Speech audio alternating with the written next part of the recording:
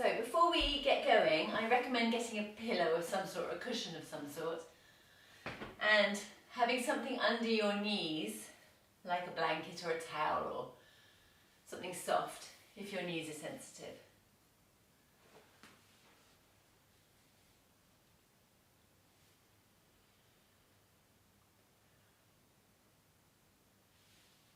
And we're going to do, so I try to make it that the Tuesday is a little bit more flow dynamic and the Thursday is a little bit more on the mat, calm and chilled.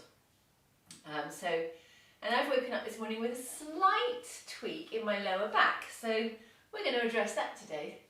Apparently lower backs are the #1 reason in the UK for people missing work, so I don't think I'm the only one who sometimes gets a tweak in the lower back. So let's bring hands to knees and sit up really nice and tall. Let the shoulders come away from the ears, drop the eyelids. Before we come into any movement at all, let's tune into our breath. And just remind ourselves, do a little roll call of the fact that we are here because our intention is to be gentle towards ourselves. So this practice is going to be a compassionate, loving practice. It's not another thing to berate yourself with not being able to do it well enough.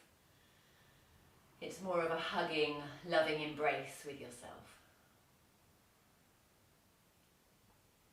Dropping right ear to right shoulder, circling chin down to chest, and taking left ear to left shoulder and coming up and over.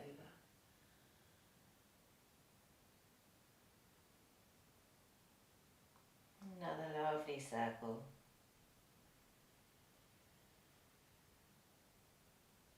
And then switching directions, left ear to left shoulder, chin down to chest,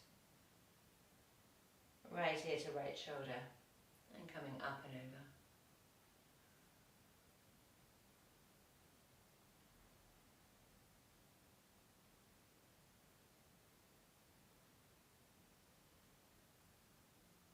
Coming to centre, just looking over in both directions, even though the eyelids are down. Your eyes still move beneath your eyelids. And then coming to centre and circling through the shoulders. Inhaling as the shoulders come up, back and down as you exhale.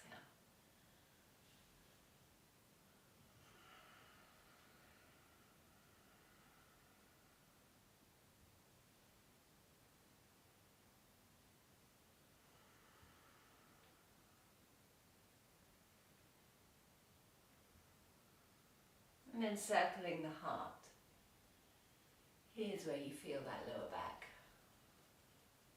Where does it want to take you? Which areas feel like they might be a bit compromised, a bit challenged?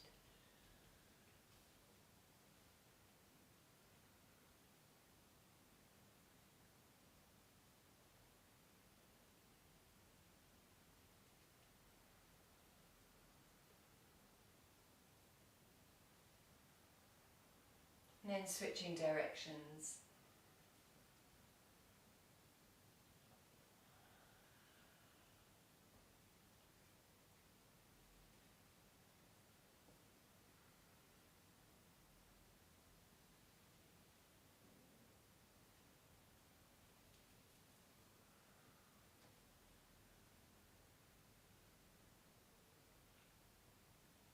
And coming back to centre.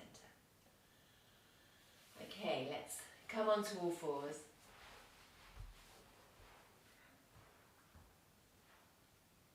And it's important for you to remember that you can adapt everything we're doing to make it suit you.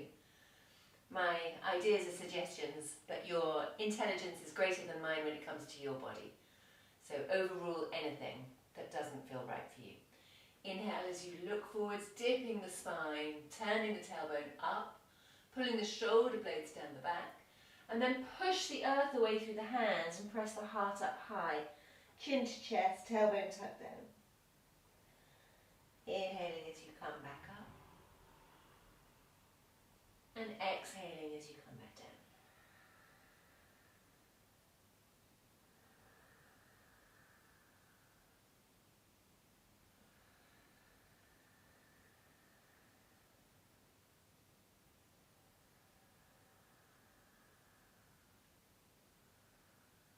And the breath is very deliberately threaded through the movement. You're breathing through the nose, feeling the vibration of that breath in the throat, Ujjayi breath. And the movement is dancing to the tune of your breath. So let the breath lead, let the breath be the beat that your movement follows. Walking your hands a little further forward. Big circles with the hips. This is where it's helpful to have something under the knees. A little bit of padding, a little bit of softness.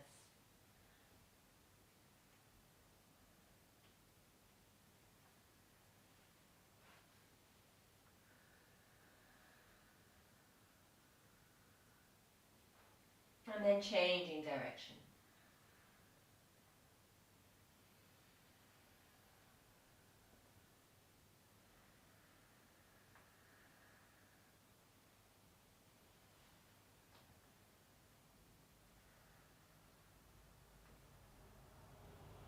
Coming back up to centre. Let's extend the left leg. Sorry, I'm actually going to do the right leg. Right leg out behind. And as you exhale, sweep the knee forward between your hands. We're coming into pigeon. So for me, this is the best pose for my lower back when it's tweaked. So my knee is directly between my hands and my foot has swept out to the side, to the left-hand side. And I'm using my hands to stabilise myself, and particularly on days where I really feel like I'm rocking over, my weight is on this bent leg. And then I use my hands to help shuffle me, because eventually I'm wanting to come to sitting upright, but only if that's not pinching anywhere. The back foot often just works its way a little further back to make extra space. And then the shoulders roll away from the ears. It's called King Pigeon pose, and I think that's reference to this sort of billowy chest of the pose. You know how pigeons fluff their front feathers up.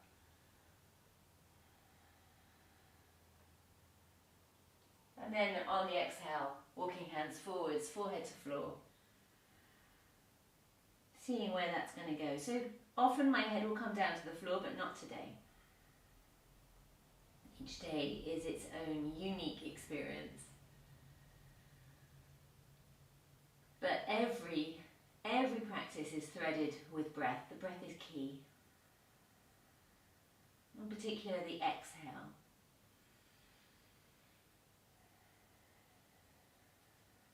And with time and space and deep exhales, look how things soften. Suddenly my forehead will come down.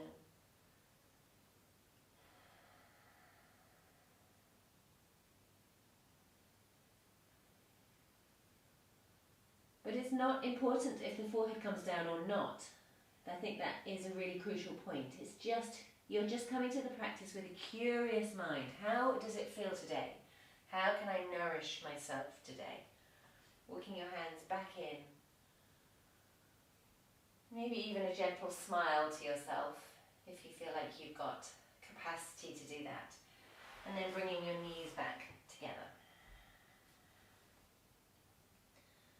Let's take a bit of cat and cow here. And if you want, you can do a little bit of circling the hips again. Maybe even a figure of 8 with the hips. That infinity symbol that kind of gets into a different part of the spine.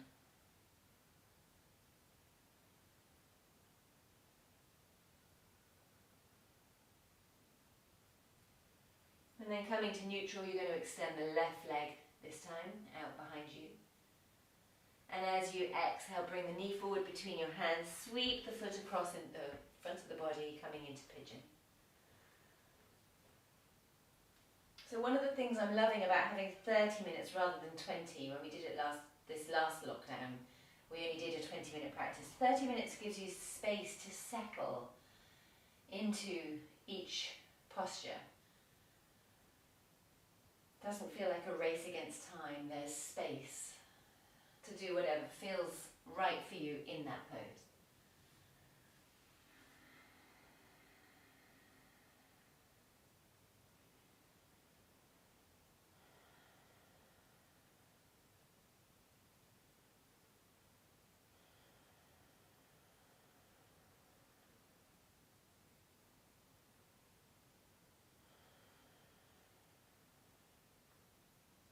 Walking the hands back in. Pressing into the palms as you sweep your knees back. And we're going to come and lie down on our front. So lying on your tummy, however that is easiest to get to. Forehead on the floor. I'm going to keep my head up just so you can hear me talk, but if you keep your forehead on the floor, roll the shoulders away from your ears, point your toes and press the tops of your feet into the floor. And we'll begin with a little hovering baby cobra. So the hands are a couple of centimetres off the floor. The pelvis is pressing into the floor as you inhale. Maybe it's just your collarbones that come up off the floor. And exhale as you come down. Tailbone pointing down towards the heels. Inhale as you come up. And exhale as you come down. Third one, inhale as you come up. And exhale as you come down. And let's let the hands come back to the floor. We're going to put maybe 30% of the weight in the hands. So they're not holding you up, but they are stabilizing you. Roll the shoulders away from the ears and come up into a little bit of a taller cobra, judging for yourself, according to your back, how high that is. And see if you can press the rib cage a little further forward towards the front of your mat. And exhale as you come down. 2 more times like that. Space in the neck.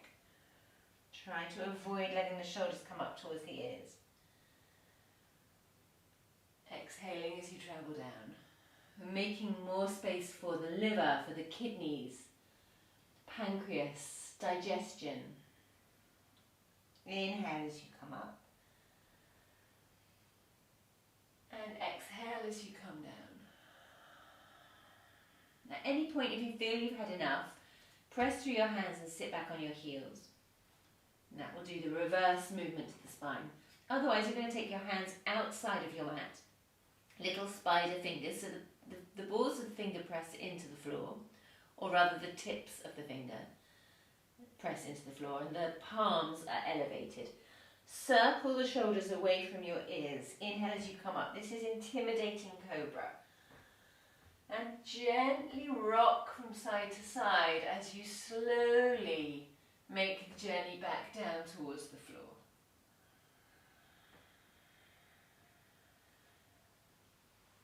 Two more times.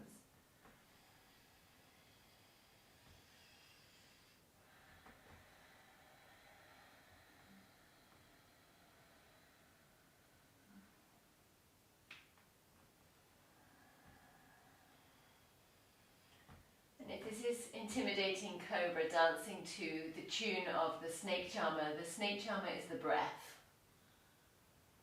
That is the tune you're dancing to. Okay, hands either side of chest, sitting back on heels, stretching arms out in front, coming into prayer pose. Turn your awareness to the space between your shoulder blades and breathe into that space. Your forehead is on the floor. Shoulder blades can slide apart.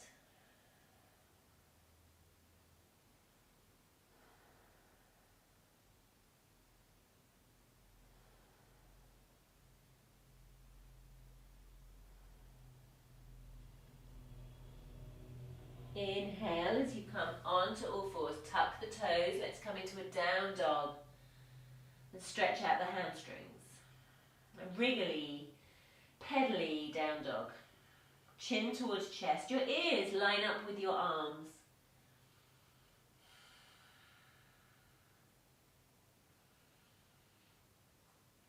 Let the hips become super buoyant and tall and high, elevated. Pull the tummy in towards the spine, find Mula Bandha and then drop the heels towards the floor.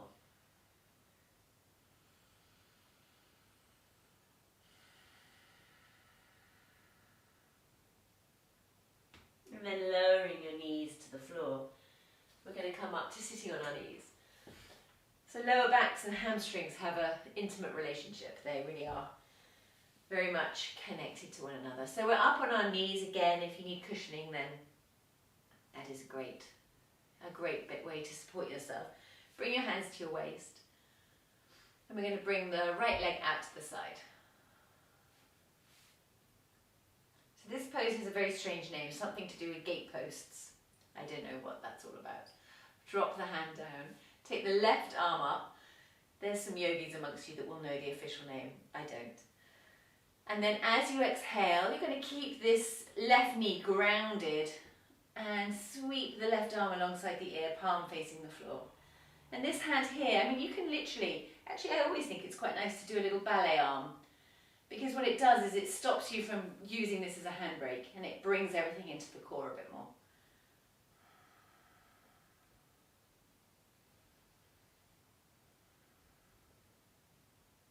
Well done. And then let's take the left hand down to the floor and sweep the right arm over the head, so we just get a little bit of a reverse of that stretch.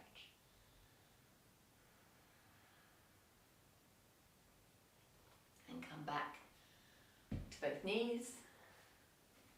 And we're going to take the left leg out to the side. Sweep the left hand underneath, little ballet arm.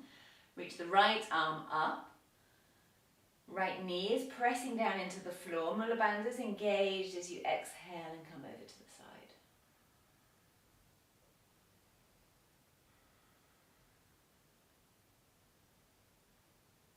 Listening out for your own breath. How does it sound?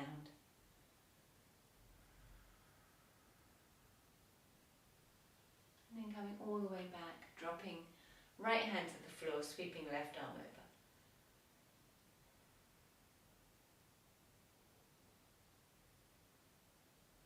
And then coming back to centre. So this one is where the pillow, the cushion, might be quite handy. You're going to take right foot forwards.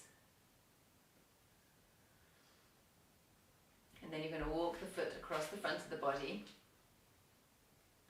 And then you're going to take the heel back. And the knees are stacking on top of one another. And behind you, your feet are going to separate. And you're going to come to sitting down between the heels. And this is where the cushion comes in, because sometimes we need the floor to just be a little bit higher.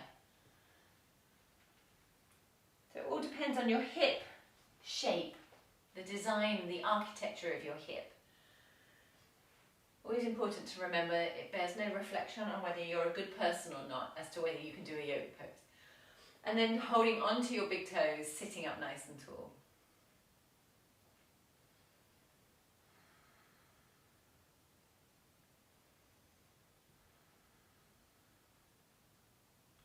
So I've got my right leg high and my left leg is underneath. So I'm going to take my left arm up as I inhale, and exhale, bend that knee, bend the elbow and sweep the right hand behind, and see how it feels to work your hands towards one another.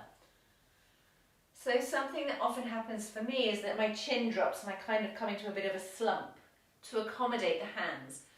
Actually, that's not that helpful. So if you sit up tall, keep the left elbow pointing upwards. Keep the shoulders away from the ears. Nobody can even see if your fingers are touching each other, because you're not in a yoga studio. So you don't need to tick that box. You can just breathe. And actually, with your hands behind your back here, it's such a good place to notice if your breath is involving the whole of your rib cage.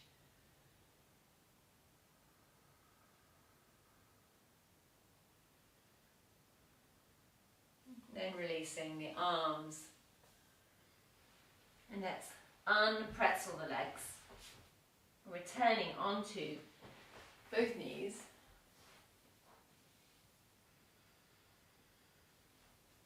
Left foot comes forward.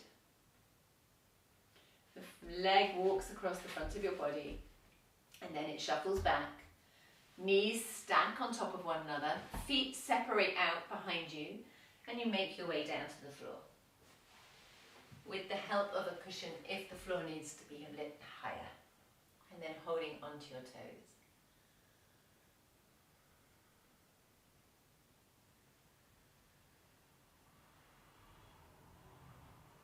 Right arm rises, elbow bends, left hand sweeps up behind your back.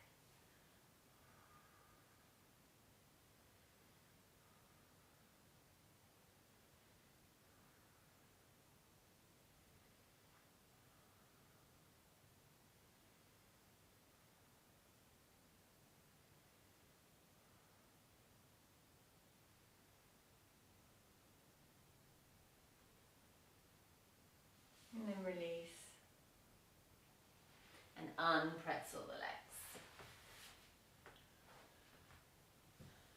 Okay, and we're going to come to sitting legs straight out. And I think the cushion's quite nice for this next one too. I'm going to change position so you can see a bit better.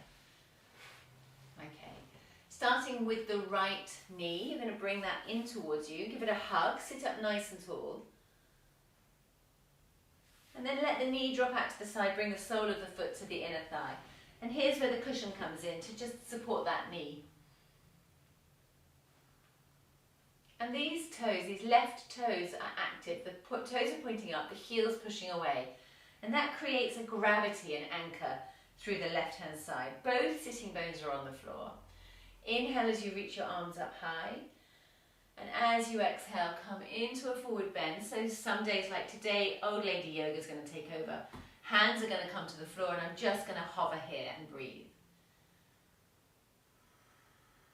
But for some of you, you're going to come straight forward and hold onto your foot.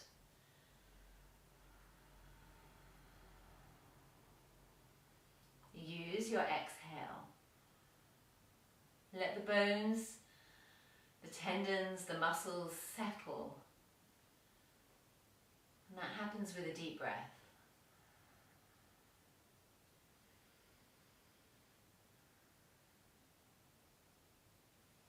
Inhale as you come back up, bring that knee back up to center. You're going to straighten your legs, give them a little shake. Move the cushion across. This time the left knee comes up.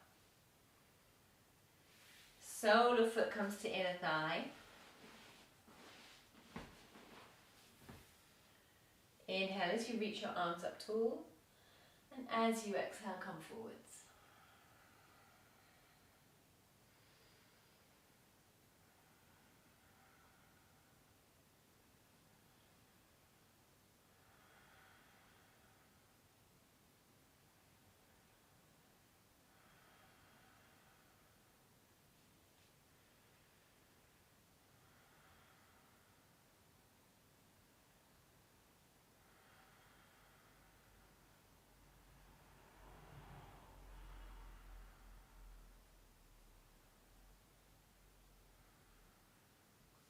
Inhale as you come back up. And we will bring the soles of the feet together, holding onto the toes, letting the knees bounce like little butterfly wings. You might rock from side to side a little bit. And then we're going to fold forward, so drop the chin to the chest, take the crown of the head down towards the toes, and take some breaths.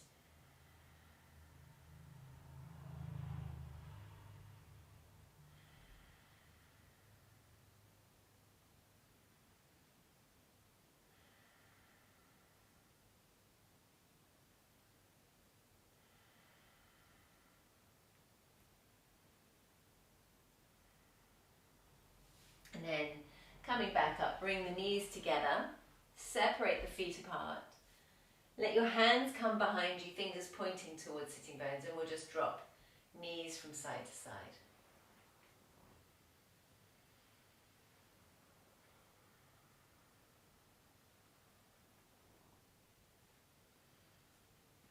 And then coming to sitting cross-legged. So that was your very gentle practice for this morning. I hope that your back feels good, mine feels better, thank you. And let's bring our hands together. Drop our forehead to our fingertips. And thank you so much for joining this group, for showing up every morning and being part of the magic that the morning ritual is in my life. Namaste.